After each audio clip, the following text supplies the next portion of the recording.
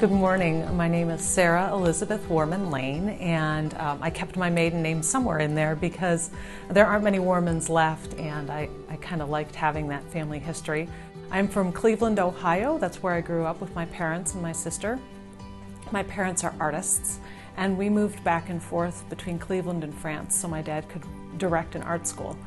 And I did not follow the path of art in growing up. I was always creative, but I went to West Point and served in the military and did a lot of different things, from teaching English to working in nonprofits, from serving as deputy coroner to becoming director of Health Ministries Network here in Whatcom County.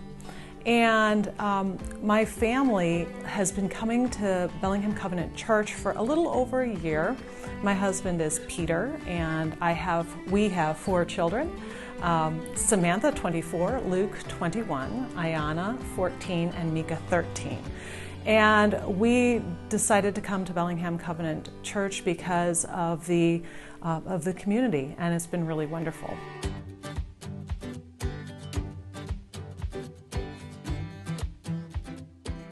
Some of my hobbies and interests are living in the Pacific Northwest, of course being outdoors, going hiking with my family and taking adventures, gardening and spending that time amidst God's creation. There's nothing like seeing something grow and helping that along. Of course, one of my biggest hobbies is art, and I do it regularly. It's the way I communicate with God and process the world around me and worship and celebrate. So those are most of my interests, and the rest of the time it's supporting the kids' interests and the family's interests.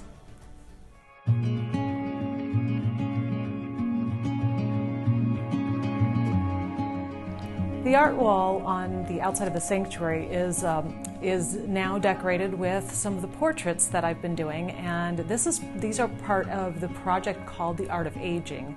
It was originally funded by the Chucknut Health Foundation and in partnership with Western Washington University's Palliative Care Institute to interview 20 older adults in Whatcom County to develop a more complete portrait of what growing older in our county actually looks like.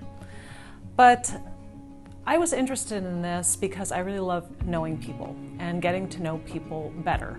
I also was thrilled as I went along to learn that there are some things that everyone seemed to have in common. So as we interviewed 20 older adults, I learned that all of them had some type of spiritual or meditation or prayer practice that was essential to them.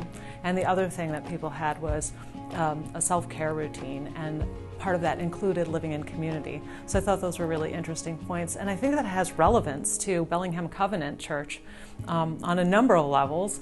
First of all, I think that getting to know each other better is always good, and it's one of the things I have a challenge with, unless I'm painting. So it is important though, and also knowing each other's prayer and meditation and spiritual practices is important, and connecting on that level. We won't connect with everyone.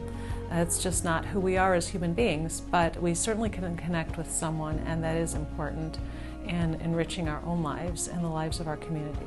In addition to meeting such wonderful subjects to paint and to interview, it was a pleasure working with Marie Eaton and Richard Schultz, my partners in this project, who asked insightful questions and helped to build and shape conversations that were really meaningful.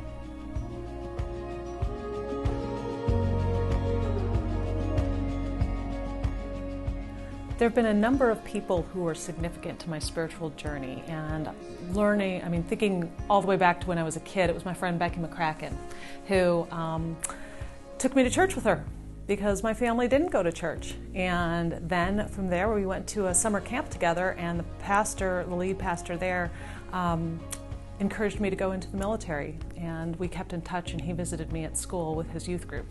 So those were some important people when I was younger. And today I would say the most important person here on earth who is walking with me in my spiritual journey is my husband, who is very steady and faithful, and together our family stays on track mostly.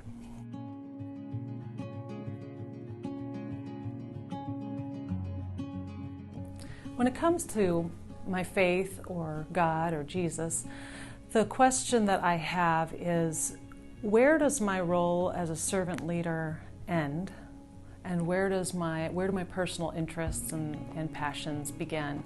Or are they all going to blend together? And I look to God for those cues to let me know what I should be doing, whether I should continue with my work as a health ministries network director, or follow my art more passionately, or just keep on going with a combination of all these different things that make up my path on earth.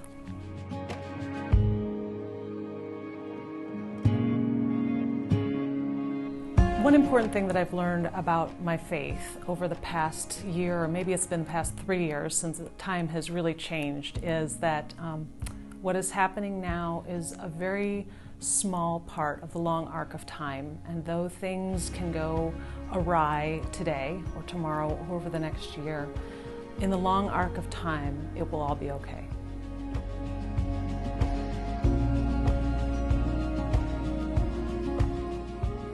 My faith is inextricably linked to just about everything I do.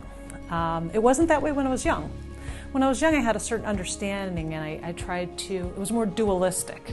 There was God and there was church, and then there was the rest of my life. But over time, those things have melded in such a way that I find like I'm always in conversation with God about what I should be doing and thinking about right speech and right action, and living the way Jesus lived as a human, as a flawed sinner. You know, how do I incorporate this way of being and that God has given me, this gift of life, into everything that I do?